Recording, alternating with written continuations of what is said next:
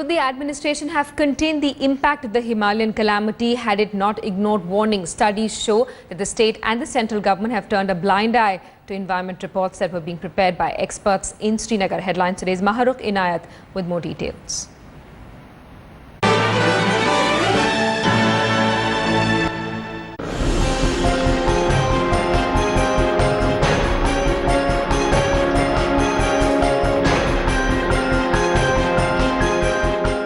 What is the real killer? The epic floods or the virtually non-existent drains in the faulty urban planning, or perhaps all of these in equal measure?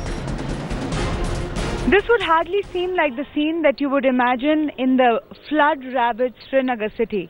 But the fact is, there are homes in Srinagar city that have been saved from the fury of the Jhelum and its flood-ravaged waters. This is in the area of Baghat Barzila, where there are some homes and some localities that have actually been able to survive the flood waters, with the Jhelum waters not really creeping in. But less than 2 kilometers away, and we're going to travel to that area, it is the picture of a different Kashmir that meets your eyes. As you go out, it is clear that it was not just the rain that was responsible for this disaster.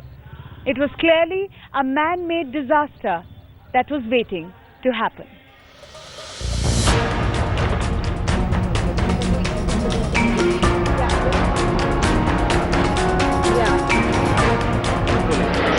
As we travel just a kilometer or less than a kilometer away from our last spot, the situation begins to start changing.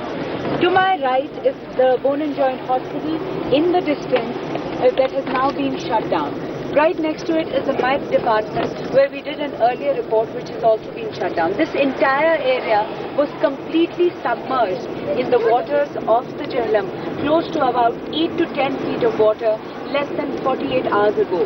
That water has now completely receded, and what it has left in its wake is sedimentation, mud on the streets. But thankfully, as the sun has come out, you've begun to see that there is a huge amount of dust on the road and a lot of dirt, but the water clearly receding. In another part of town where the Chief Minister lives, the situation is better. The area is at a height and the waters didn't really cause too much havoc at either his house or at our tribal Mehbooba Mufti's residence. But it will be some time before residents of the low-lying areas see dry land, as floodwaters refuse to recede with speed, as no sophisticated drainage system exists here. The stories of two Kashmirs, one that is dry and the other that has been badly affected by the floods. This is not a disaster that was caused by natural calamity alone. There are man-made factors that have been responsible, because had that not been the case, it would have clearly not been the fact that one part of the city would remain completely unaffected and the other totally submerged.